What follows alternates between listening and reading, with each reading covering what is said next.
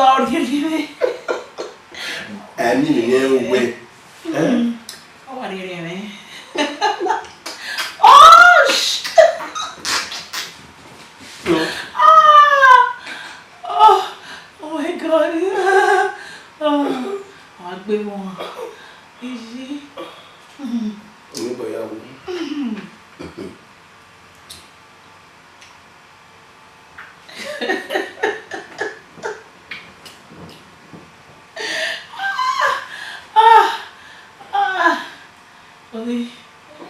Oh God. What way? When I didn't we are winning. He's never away. Yeah, I didn't know where. Every dollar, every back. Yeah, I can't make my own.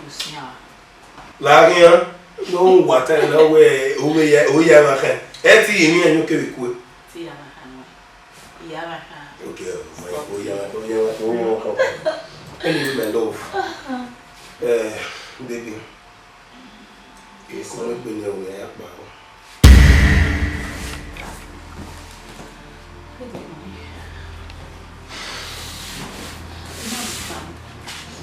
How do you get it? Yeah, but can't be telling you not saying, I guess in the upper. You worry about what you are. Why do I want you are? Imagine the motiva. Imagine the motiva. In what way in the all of it changing in the hurry. Just try to understand your part.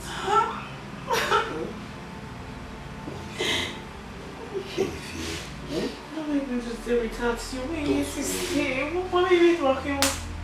He's talking about him. It's even me. But he don't get you get a kilo in young, we ain't touch him in Gona. Man, I walk back here. I'm calling you video calls. Listen, yet the same way, you know I love you so much, yet the same way.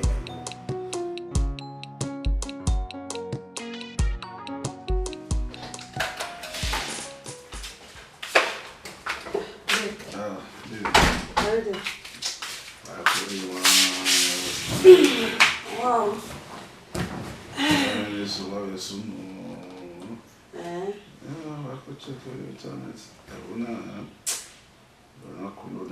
No, I set it away.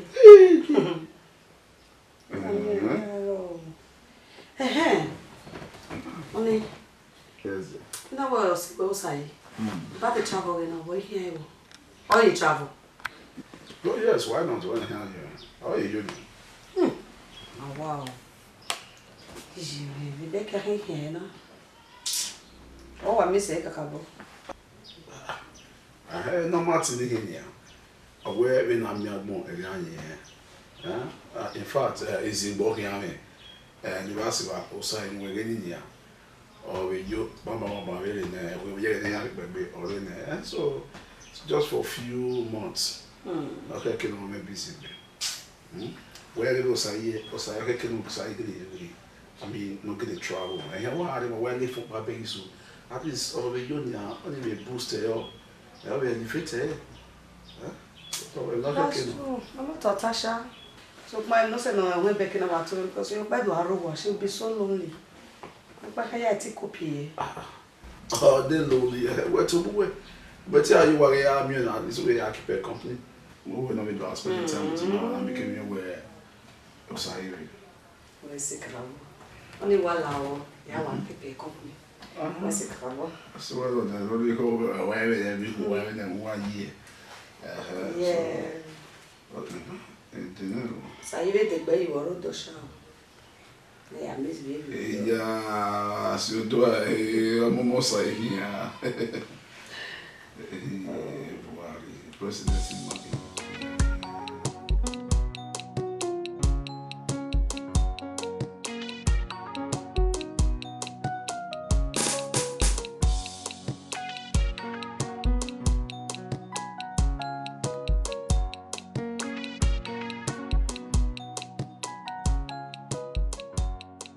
Man, I'm so happy for you, man. This is good. I'm going to miss you guys so it's shit. Brother Sayi, What are your plans towards America? They know here, they know how. Always about time. Plans, my plans America with you. That's America. Just trying to achieve my dreams. Few months, see your place for a few months. Then taking help to bring my baby, my lovely Becky, down to America. Wow. As you guys know, I can't stay without her. I mean, I don't understand. Don't you feel that is going to cost you a lot? Well, that's said, we go where we are, Baby! What's it your man? Hey, I was only joking. Well, let's toast to that, man. Good point. A toast. Oh, yeah.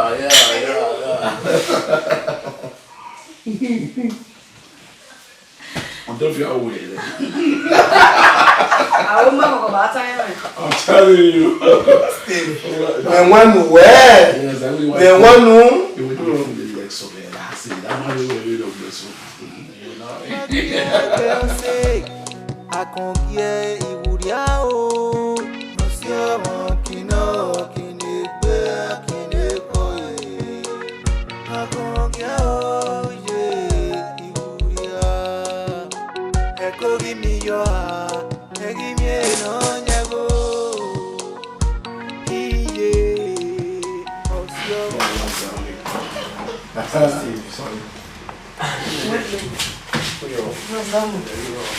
Becky.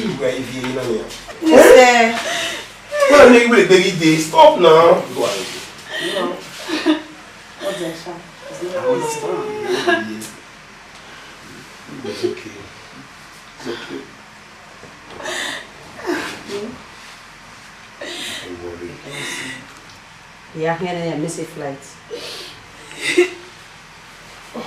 A few months down there, we're already there. I was feeling. Oh, we don't know how to do it. Yeah, what I'm saying, but you don't mind, just calm down. Yeah, it's still. Yeah, copy. Baby, let me see. You come away acting with video call. I told you. Let me say, come on. Come on. We're helping in the middle of that boo. Osai, Gakba, no, you miss a flight. Here. See, yeah, When I see her, wait till it's not again. Osai, Gakba. I miss a flight you. I don't want to that. We fly to miss a flight.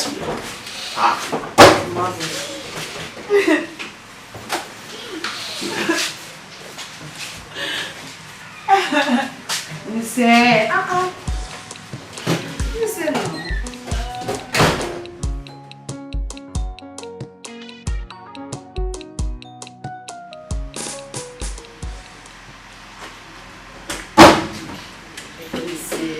Listen now. Huh? You know, you have to hear me like me with Tomahawk. Tomahawk, Calm down. Huh? I think you were when the banner when we go out of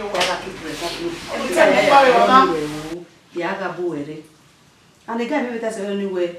Why didn't live one movie I just had him. Oh, but I don't want to know.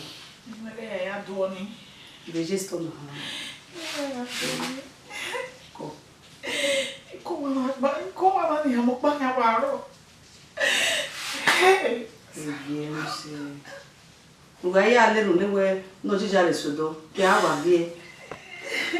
Agbagie girl say, I can't get it would yao. No see a kino, kine be, kine koye. I can't get Eko give me your heart, give me no nego. Hello, baby. Excuse you,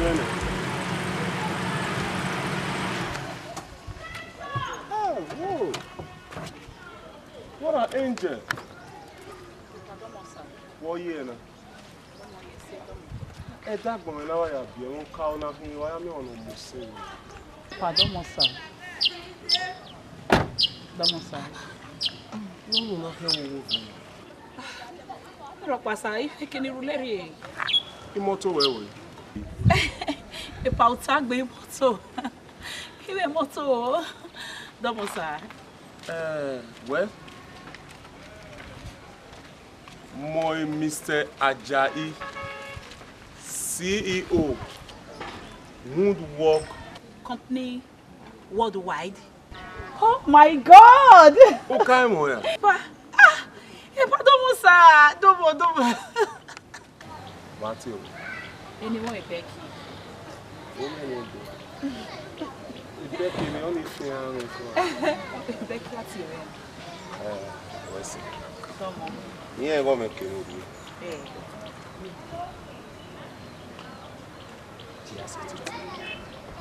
Uda manedo, only ni maya, my guide David and do like.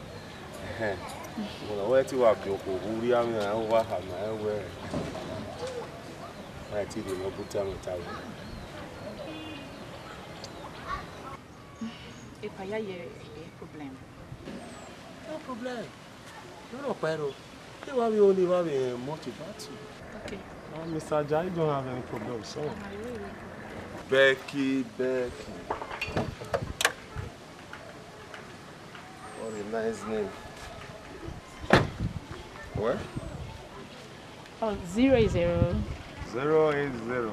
930 930 22 865.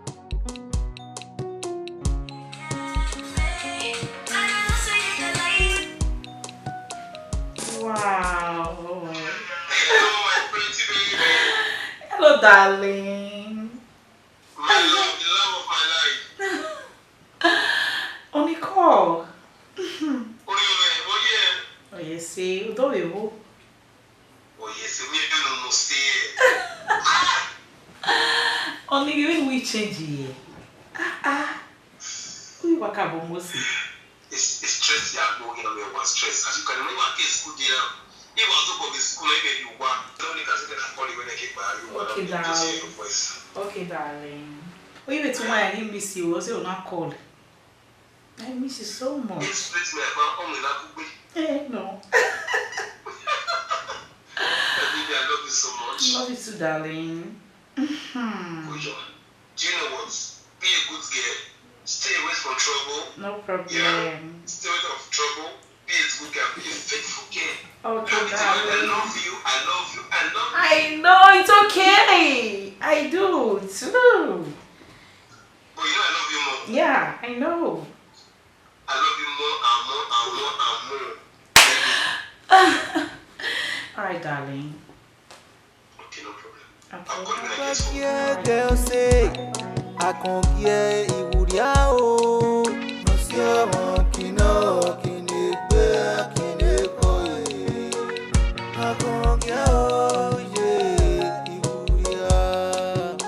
E ko give me your heart, e give me no nyago. Iye, no see on kina. Auntie Becky. Becky. Agbagie. Now you know him, you know you big bag. When they get him, now you know how to show him.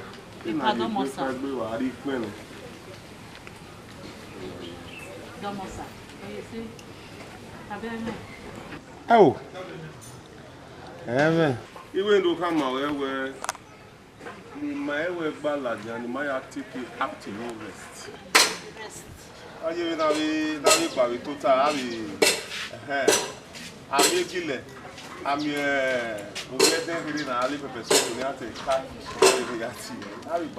I will do I will go and know you and all the bow could take one you talk. Domosa. Yari. Imiobo. Yes, as you can see, here we will stop. I'm very, very busy.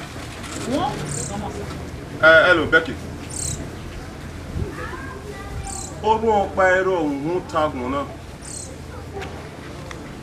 Najaya amudi ayo oge no na ha we no open.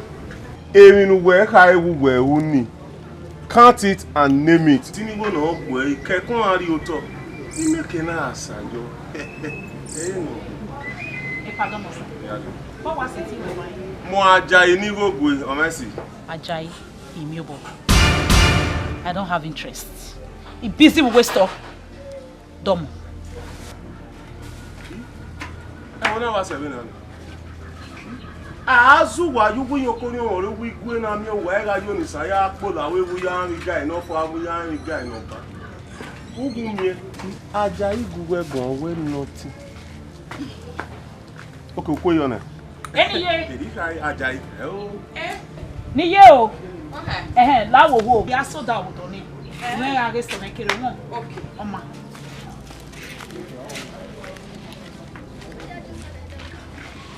Pardon, moça. Epa. Não, moça. Afternoon. Where are you? O Gualama. Vini me gbasa ni come no make no.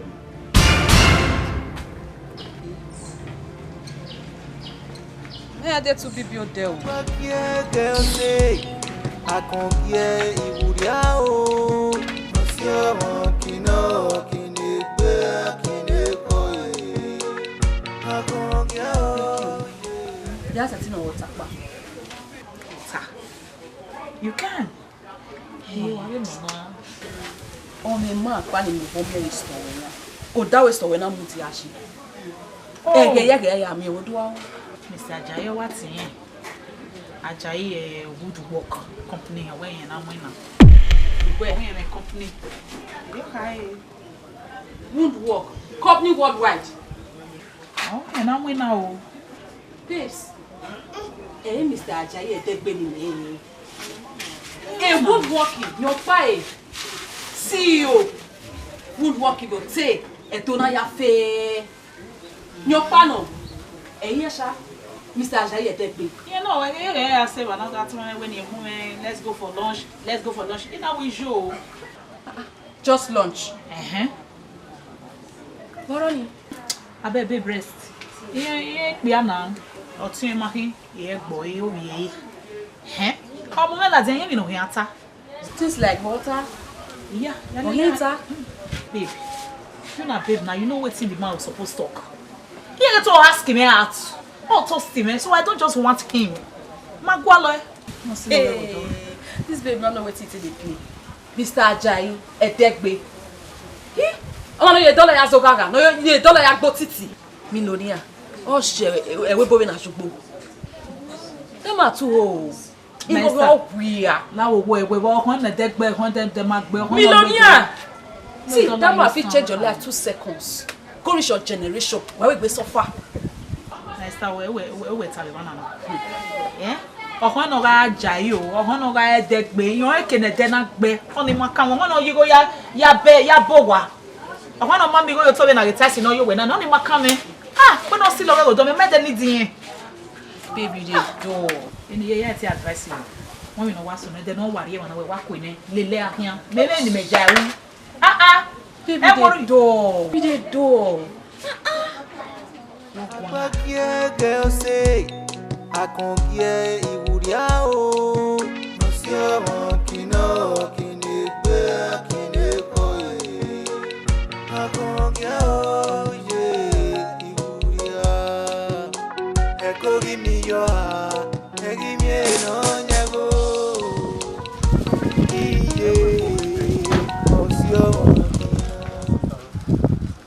Hello. Ça va, où est-tu? Ati où es-tu, madame? Ça va. Pas me we go.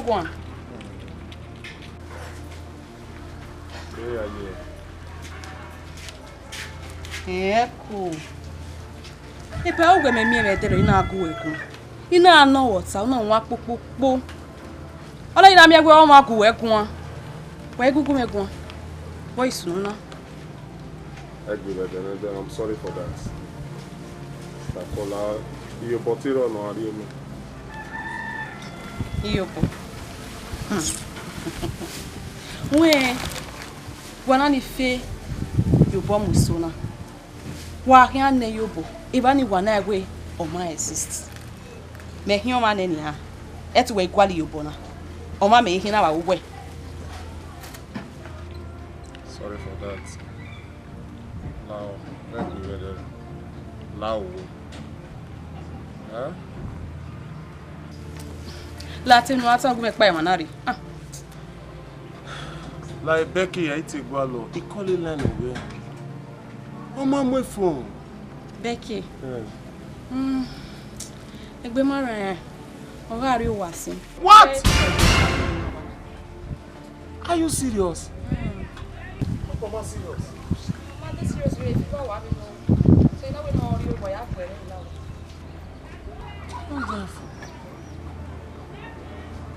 Mama. Okay. Lagina to me. No wala. Am I with you? Yes sir. Call.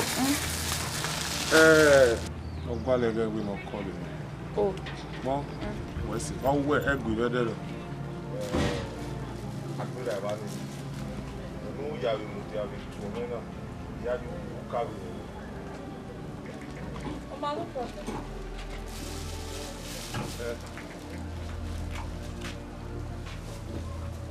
La mi no na no ya.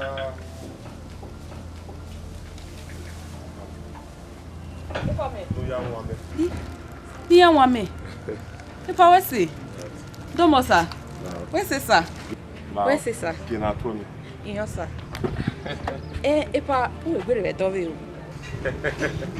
You nice to me. Agbagie no me go no. Me be oko. Domo sir. Where say? Oh ah. Mana wa pe o. Asun so lo bua. Ha. Hey ma pa wa no wo ni o Agbagie. E be ke gbe bi oko me store. Ọmọ fún. Iti mi o iti ran wa o sister mi ni. E me ki gbe bi ọkọ mi.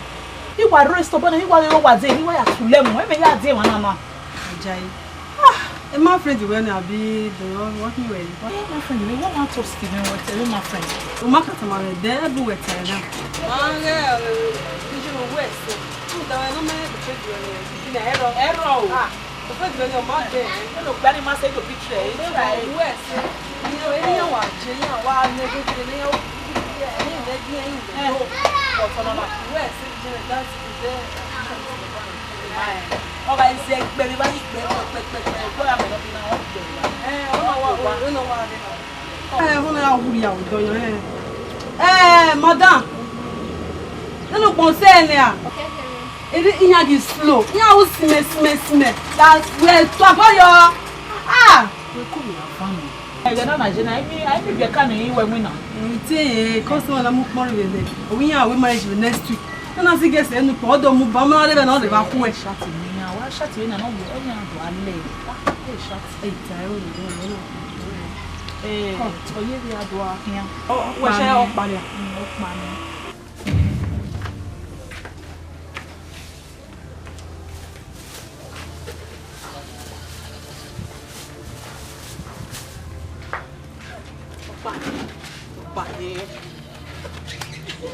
Oh man, no mutia. O te call me mo. We ha. They feel we man wa silent oh, is a mutia. Oh, mutas ariabe. Hey, me na. Ah. Guess what? What you gonna do? Oh my God. 20K. Oh, when you want me? in your day. Even not car. Well, why me or even your okay, it's a long pupil then. Babes. Not bother na to you can Mr. Agbagie na by office already. On up we are this to now. Ah, babe. That man like you. What's it gonna be? I like you. See, I even tell us you know some good comments.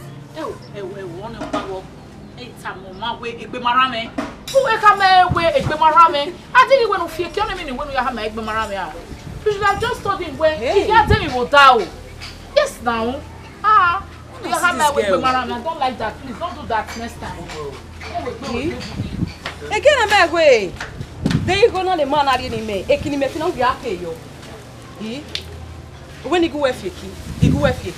Wo be kui. Now you know me I don't cash out o. Obun we wa ni hi. I don't cash out.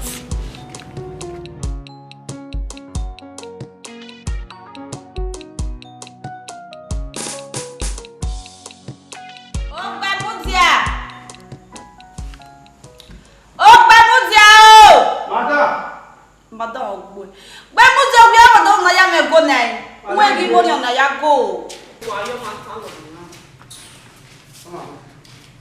You just leave it.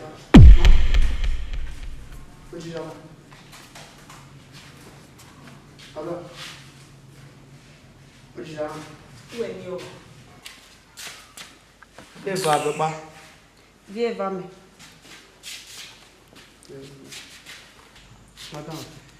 Madame.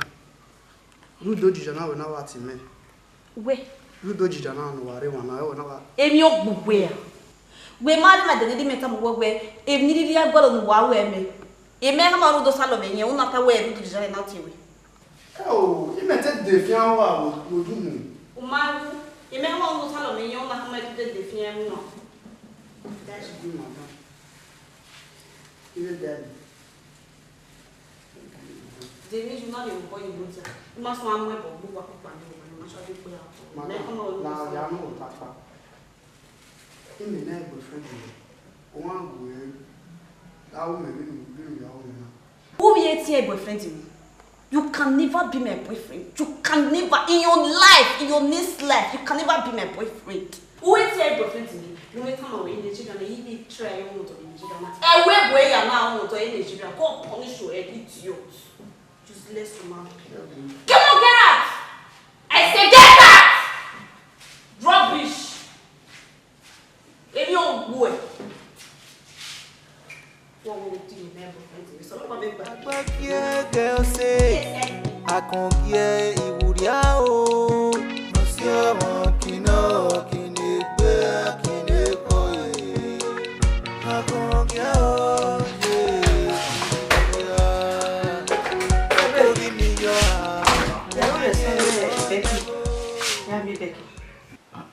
I hope no problem. I don't really know. Osai or calling me we or attend about when pick call. Maybe try call us here and I be pick call. What's the name we call it? I don't know. Mama, so what my okay. Yeah, baby. Thank you. See you later. Alright. Well, I will say that to him. Okay. Okay.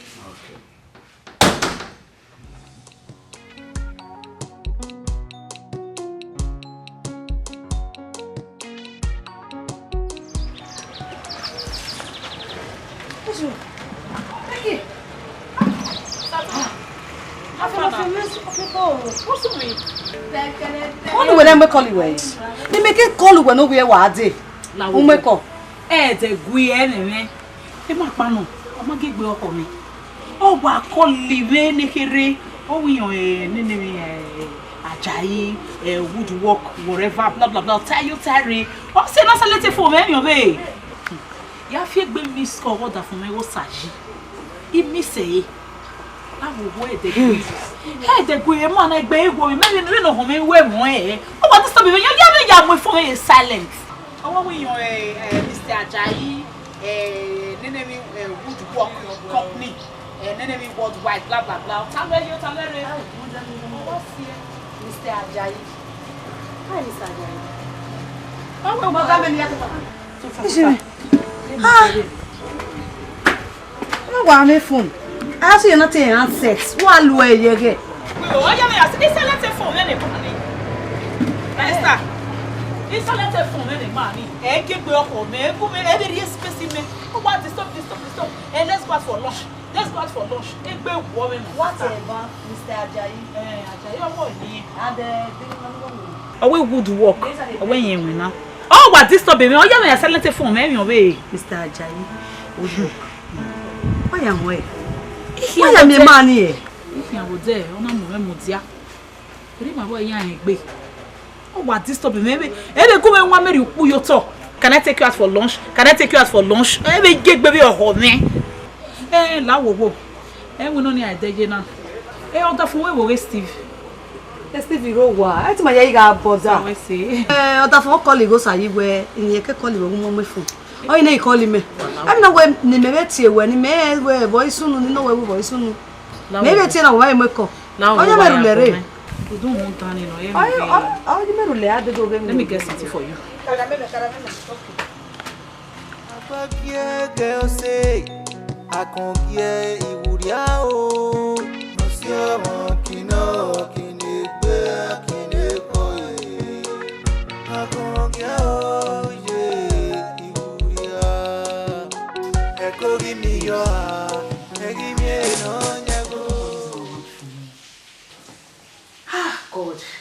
I'm the man I person ha! But they go inform you now. I tell you. Are you surprised? As he got here, yes now. Are you surprised? Ha! You be my woman, oh. Eriange, not their way. Not their way be that now. Is your mama were here? It is Biagi. Okay, is the woman and I'm gonna do a gift. Or do I send you go, but no, you're convincing way. Yes. But I trust you as my friend. My sister has to. Everyone know how do I say. Everyone know how do I say. Because he loves us. Love me now. So you love you, eh? I love it. Why you sweat? Big blue record. Yeah, I will. When they get on tally now. They trust you well, that's why you're my friend. Baby do. Well, I'm not for them. Oh, yeah, I'll let that in. I'm going to kill you. Just like that. Yeah. I'll let them in.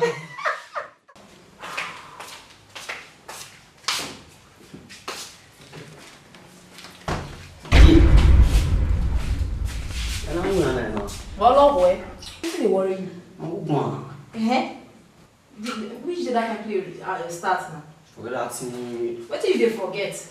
They will mean mass money. Why you talk like Which this? money? You know, You go there have a moon who are spending on we are say they will mean mass money. But then I will know what's an again and more. Okay, you like me now, no. You like it? Era mama we baro. I don't buy a senami. No, well, I don't. You give my back. See, I want kana. Mates. You are me we show ma. Well, senior, they will mean mass money. Make come for the sofa. You want the sofa? Me ma wa we. You are Me wa je na me wa like it. We like on ya. Like it. No, I won't go fresh to the new woman. Sis was about what you use. Yeah.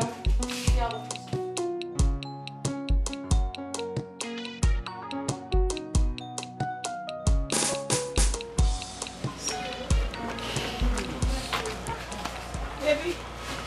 Becky. Hello, Afana. Hello. Hello. Man, not be small. Becky, I'll be here. Our business. Oh my God, well. Okay, me. Me ya why you were. Ah, where's you? Agbagie. Yes, Obi ele ze keke o ke o mami o na pa. O wi en be office go ma ke ni do. Ya move ba. But nevertheless, guess what? Guess. Tell me no Fa. Well, do fa. It's all yours. Oh bueno. No, I don't understand. You don't collect gifts on my behalf, right? Oh, wait. You can make use of them. The money there. Yes. And just tell him, tell him I'm not interested. Yeah, in interest. Where? In interest. You can hear me well. Read my lips. Take it.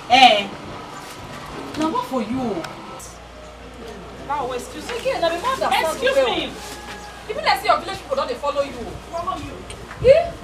If they give you number the expensive is there. Get perfume. See everything now. See cream.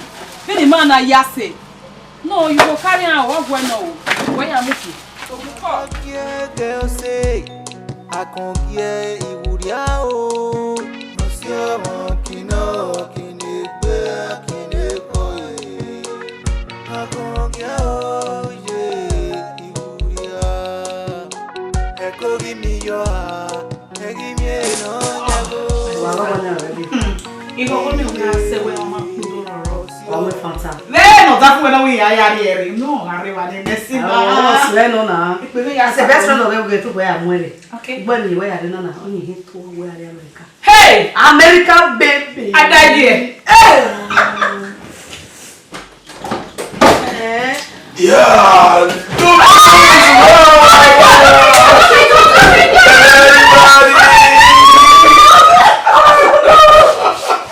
Sweetheart. Yes. Oh my God.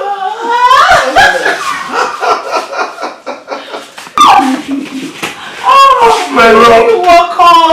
I miss you so much.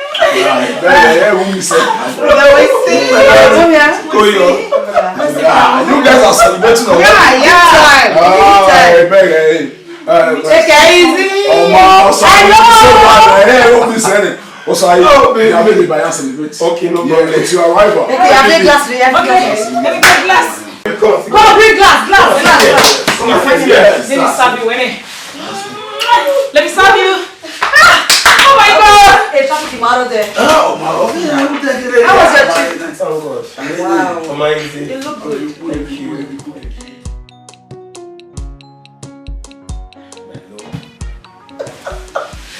I miss you so much. I miss you. I miss you. Oh my God. Hey, Saloboa. You can't see to stay here with now, Jesus. I was like, did they hear you now? Did they hear you now? We say, wow, yeah. Wait. Oh, wait, ma. Go back, can't get my phone. My love. Hey, baby, what, my baby? Are you for real? In your boca. Oh my God. I take care of what baby. My love. I miss you. Oh my God. Anyway, that reminds me. You can't be uncle, mother, you ever way. You want to uncle? Wow. Oh my God, your uncle? Yeah. I can't wait to see him. Don't just worry, you see him tomorrow. Yeah, you me They'll say, I can't get it out. No, see,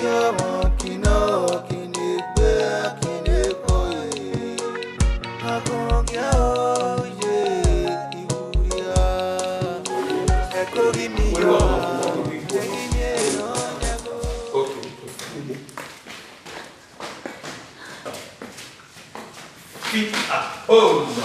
This is your house.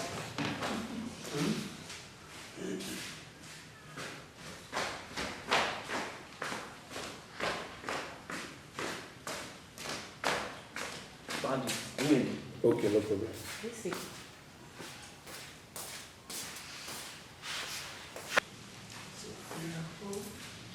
is your house. Look pretty.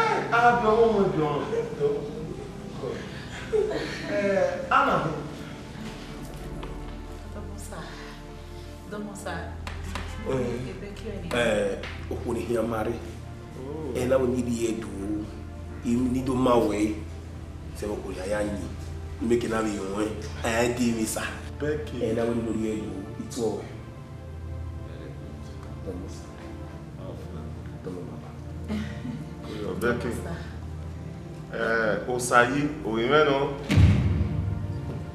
It's my son. Can you really come and we know the name of love? You can't tell us no nya Agua. Or you can say, or you could okay. Opa Manero. You will go where Osayi is my son. Even if Connie your ring. Domo. Sayi. Domo, sir.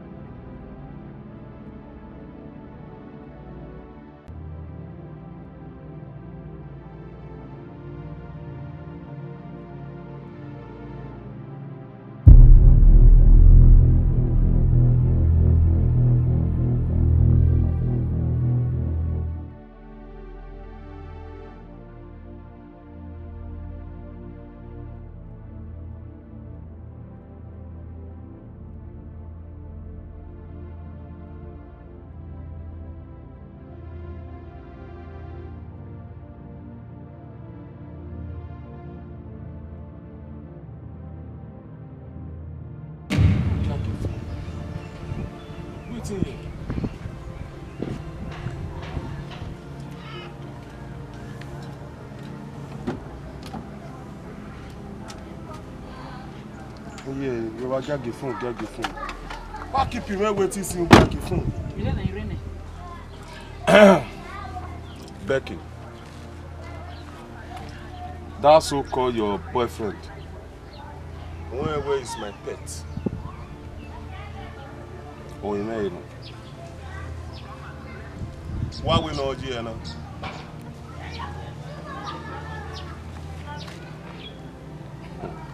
You silence. Who?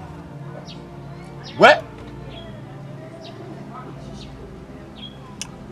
Okay, can you be here where? If we have fair no nyagmo se mi ana moro. Emi no kin be de na me no. Keme ni time we no ya we ni. Oh ya we ni.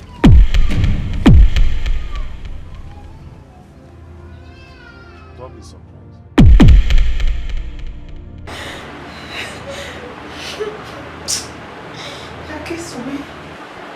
Yaki swe.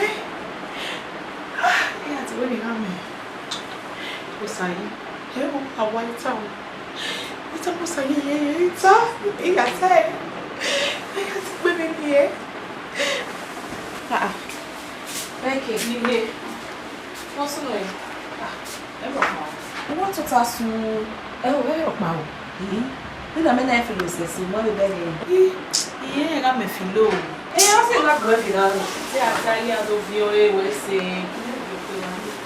Oh, you everything dey okay. Não parece. Olha.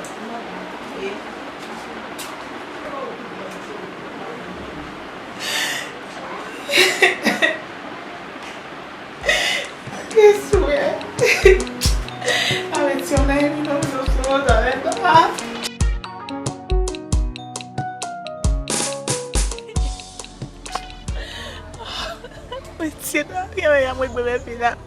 This problem. Becky. Becky walking what's about? We got to maybe call the mother Sunday. What's some Oh, my fool.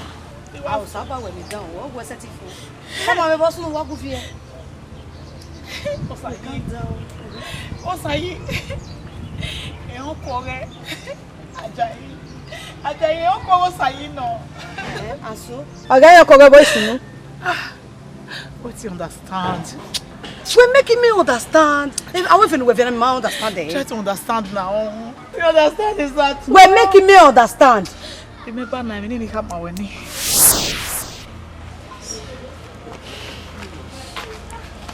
Baby. Becky. Hello, Afana. Hello. Hello.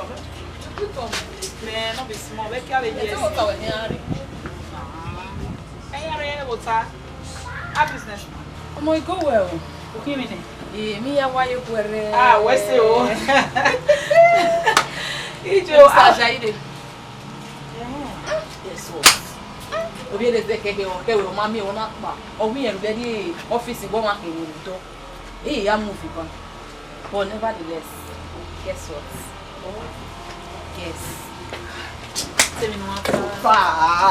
No. No, wait, go back. It's all yours. Oh, bueno. No, I don't understand. You don't collect gifts on my behalf, right? Oh, wait. You can make use of them. The money there. Yes. And just tell him, tell him I'm not interested. Yeah, you interest. Where? You interest. You can hear me well. Read my lips. Take it. Now what for you? Now, excuse me. Again, I remember. Excuse me. Even I see your village people, don't they follow you? Follow you. Yeah? If they give you number, they're expensive, is there? Get perfume. See everything now. See cream. Then the man are yase. No, you go carry on. What going on? Where you making? So we call.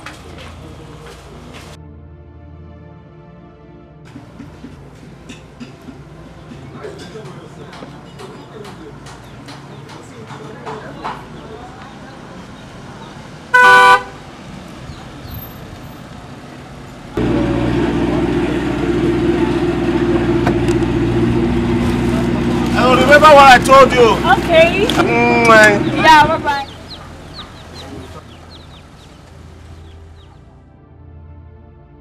Yeah. My friend. Man, I do. Guess what? So you just go for chopping. You wait for chopping. Look at it. Oh wow.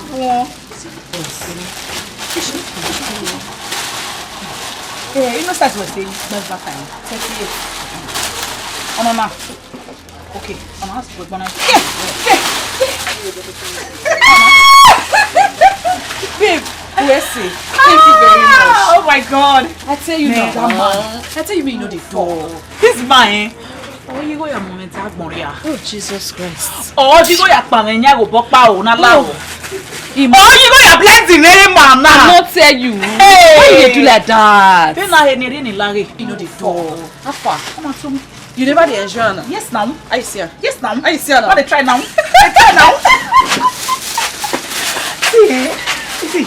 Wait. I'm not saying it is sweet you now, Abi. Oh, really? You dey spend money loud.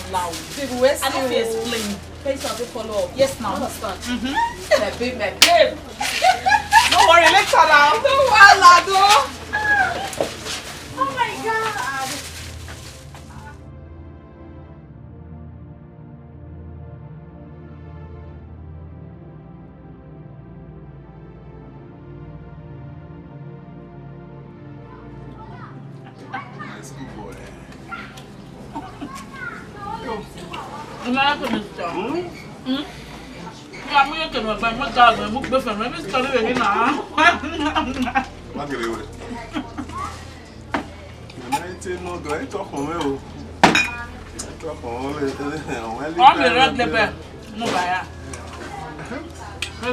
Madam, uma boa. Ah? Dora no muro. Wa msapo wa bai. Mama we cowbell. If you make it ready, I Mo can't bo be mo na idi am like. Ohun ire o fun wa. No.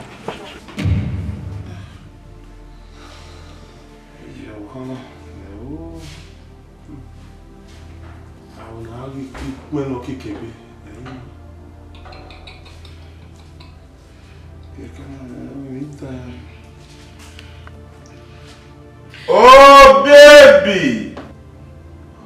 What am I doing here? This is your home. Oh, wow, where now? Mr. Jai. Tamame umawe. Every time I get what I mean now. Mr. Jai, did you do anything stupid? You are so sweet. Oh, no, working.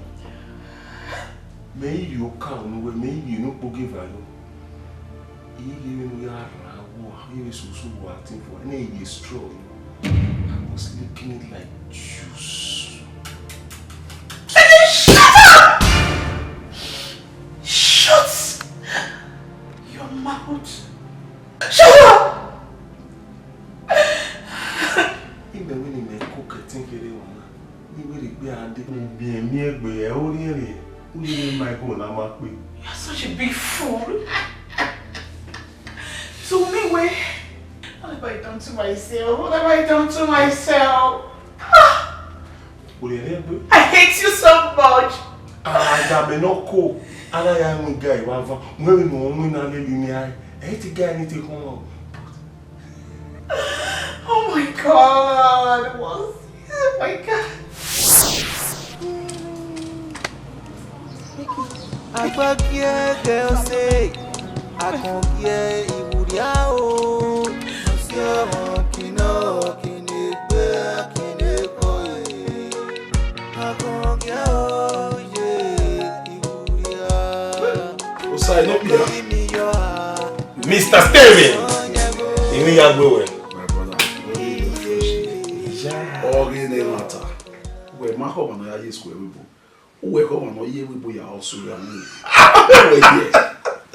Stevie, who thought to get me?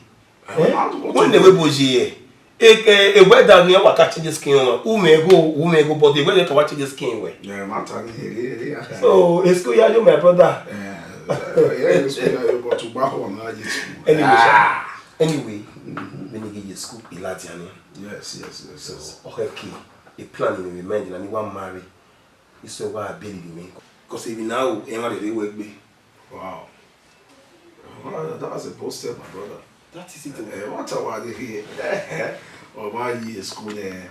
And they must say, we put our year school. Hey, we're not here, we care. And they want you who you want. You know, in the mood, I'm going to say, me. No, it's a good one. Thank you. That's it.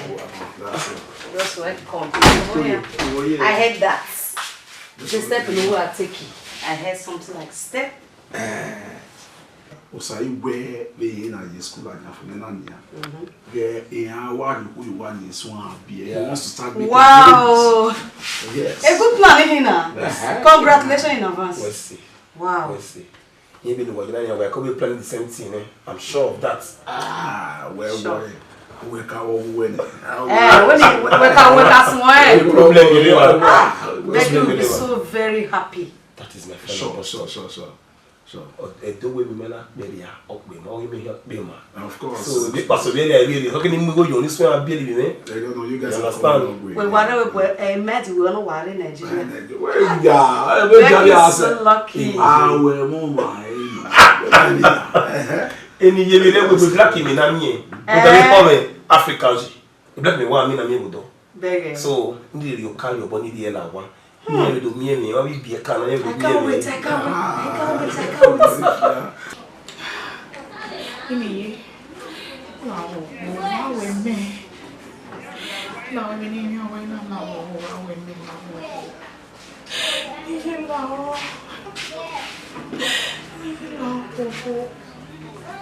Why, Pili? Who has said he will not number?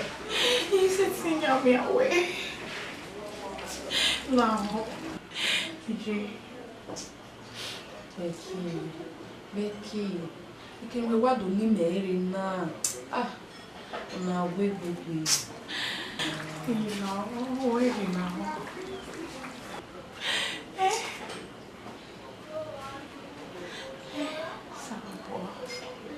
Mama, Yahweh. What were me? Yahweh. Zebe Yahweh. Make a win.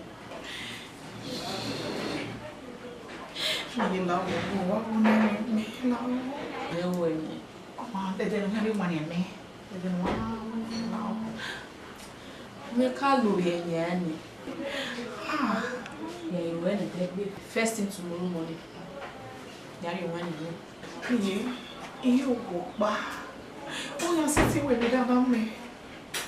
You know, we are aware. Agbagie girl say, I can't get Iburia o. Monsieur Kino Kinegbe Kineko. I can't get o Iburia. Eko give me your heart, give me no nyago.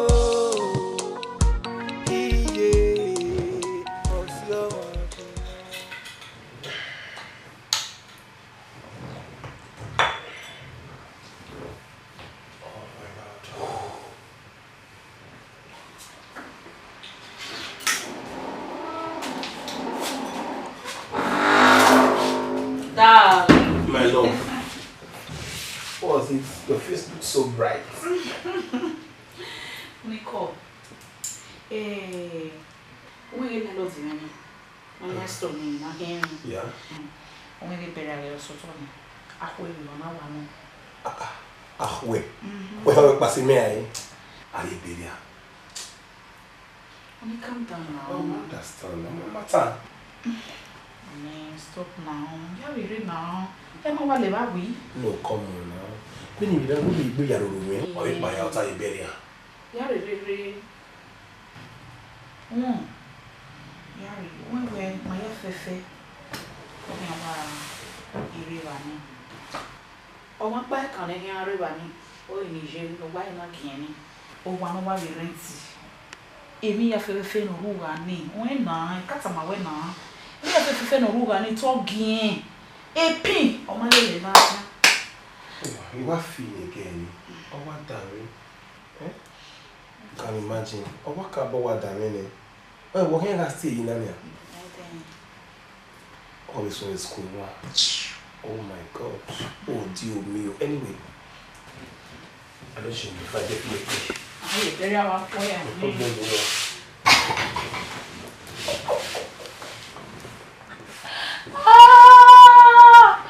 My baby girl.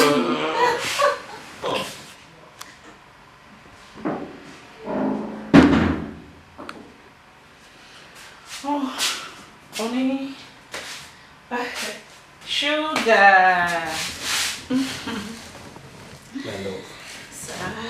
Oh yeah. You see? Honey. Any what call him papa now? What do you? You know. You don't understand. When I come and we we travel. Only a matter menegeri. Is it a menegeri now? Only in a mere way. You might trust it. I don't wait what is in me. We are travel. They will not see when you could not deal on the total. I don't understand. Yeah, damn you. Yeah, the way negeri, but we don't make my trust in Kiki women, we don't make my trust to where. Let her come stay. So, just listen to yourself. Let her come. Should let her come. Sometimes, wherever there is reasoning okay, you are not around. You are telling me the difference of saying no day, man. When I go here travel, I go here travel. Yes, I will. Let her come stay. But anyway, if that's what you want, a problem here, you can go ahead. There's no problem. Oni. Just do whatever that pleases you. Oni, it's okay now. It sounds as if you are angry. Yeah, because I don't understand. I don't understand. You are not around. Where you are, get the wedding. We don't know to tell you what or where. But anyway, when you get a problem, you can do whatever that pleases you. Do whatever that pleases you.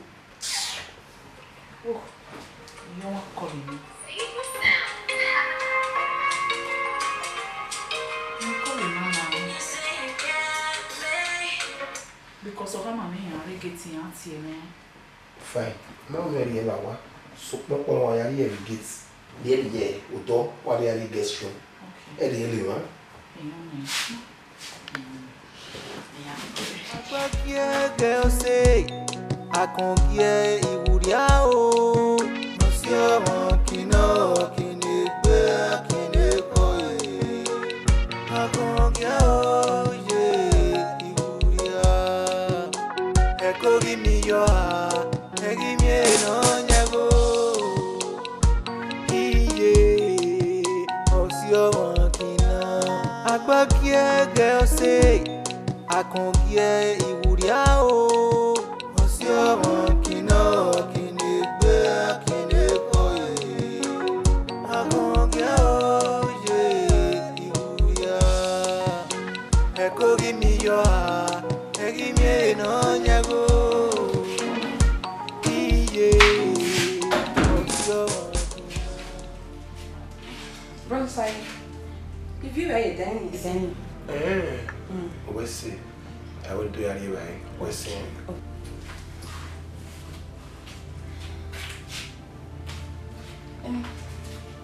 Bros, we need anything.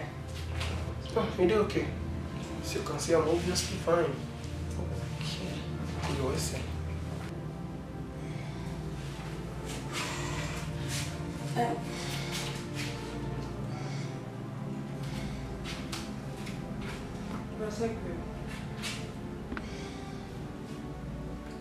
He said it to Okay. So, no problem to talk.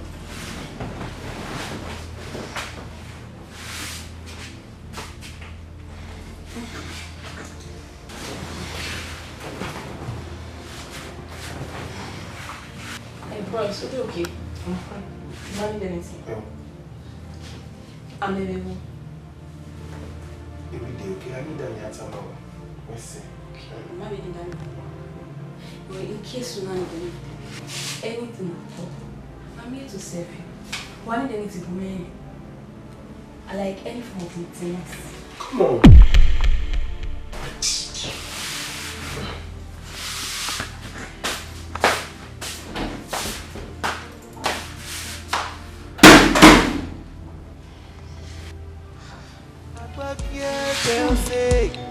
Akongie iwuria o Nosi ọmọ kino kini gbe kini koye Akongie o ye iwuria Ekori mi yo ha Egi mi eno nyago Iye Nosi ọmọ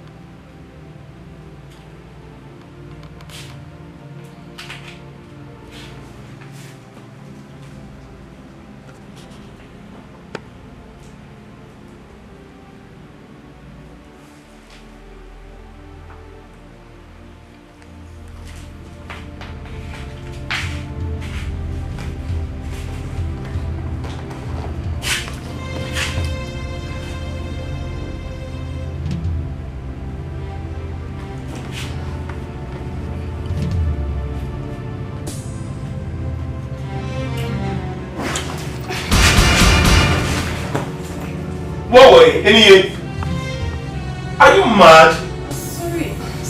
Sorry, you are the one. I'm mistaken. You are the one. Better. Let me tell you, one way.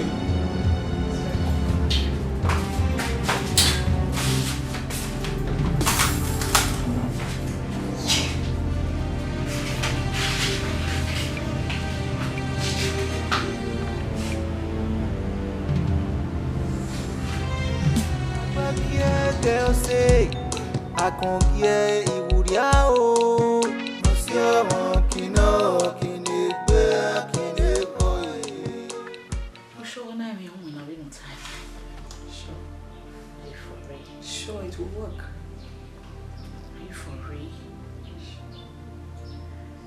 Okay. Don't worry. Calm down. David, how they going? No, I don't just. My sister, you barely need anything at all. I worry you. Come with me, you might understand. Ije. Babe, Sato! Becky, what's wrong? Jesus. Sato, doge. What's wrong? Doge. Look at. Hey, Jimmy. No, say. Oh, what's are you? This kind of thing now. Ubeniye what's that? Yeah. Worry. Mdiam. Me funny way. Me funny. Hey, calm down. Calm down now. Baby, let me go home. Why are you worried? And take a harsh decision. Yeah? Oh my God, no. Let me go home. Becky! I'll see you soon. And take. I'll see you.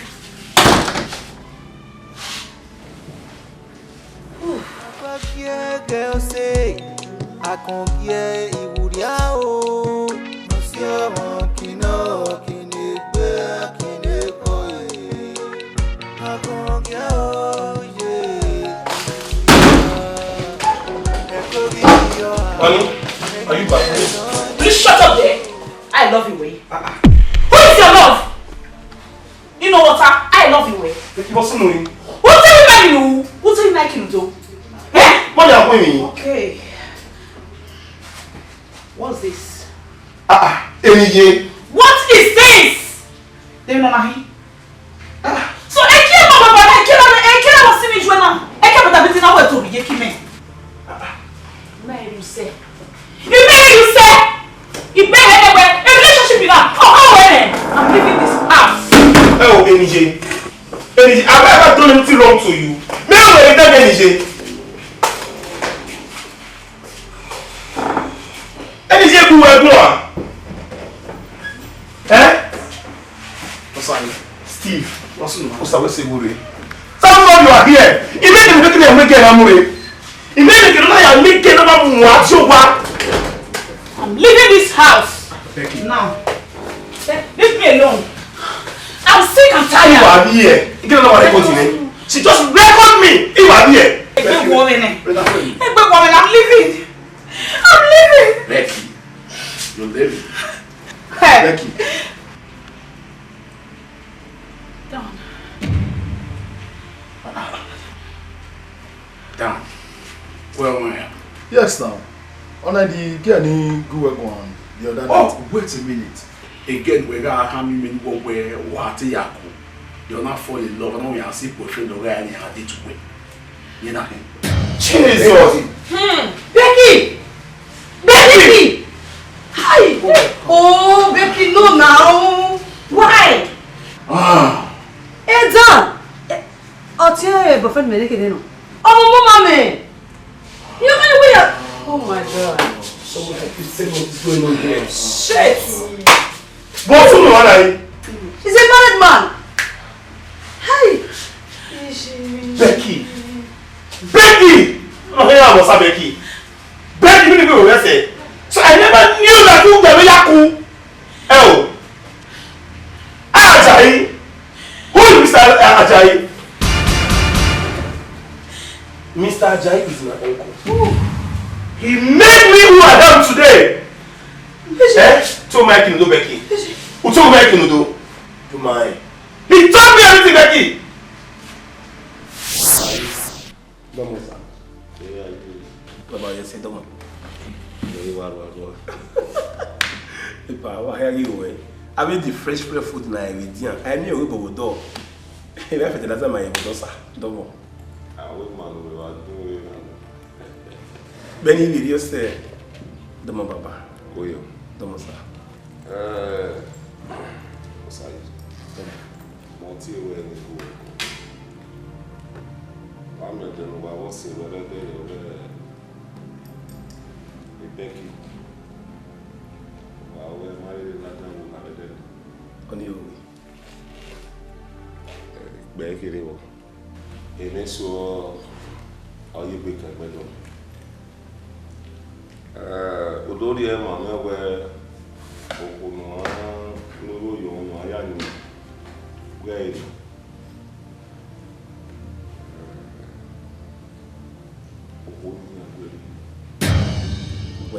Agbagie.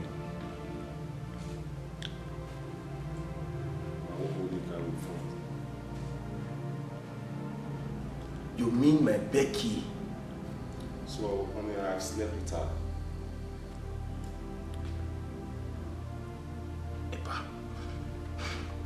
Ikabari no no touch so no na. You can't see me no Epa. If Becky no go me, I trust my Becky so well. Imagine you no sir.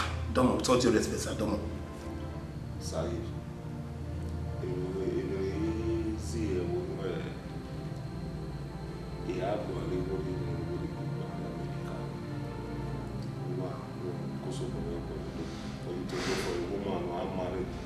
Another better life for Becky.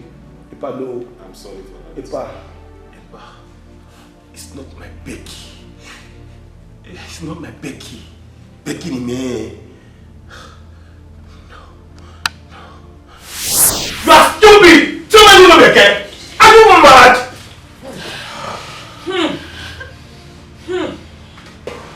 Oh, but you are not complimenting America.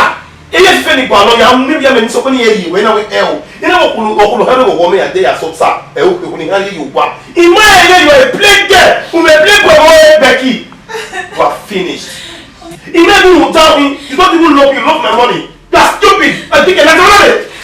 Becky where now?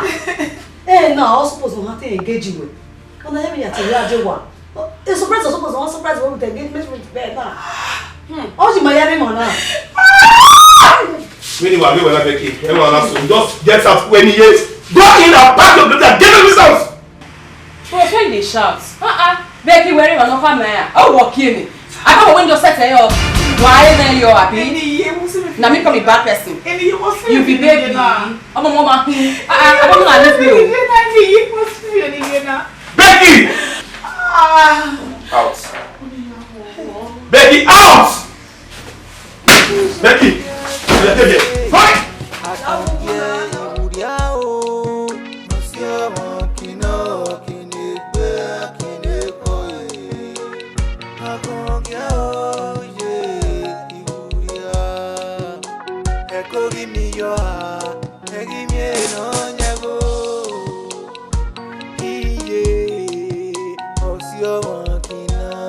Agbagie girl say I can't get ìwúrí o osi ọmọ kino kini gbe kini koye Agbagie o ye ìwúrí a e ko ri mi yo a e ri mi no nya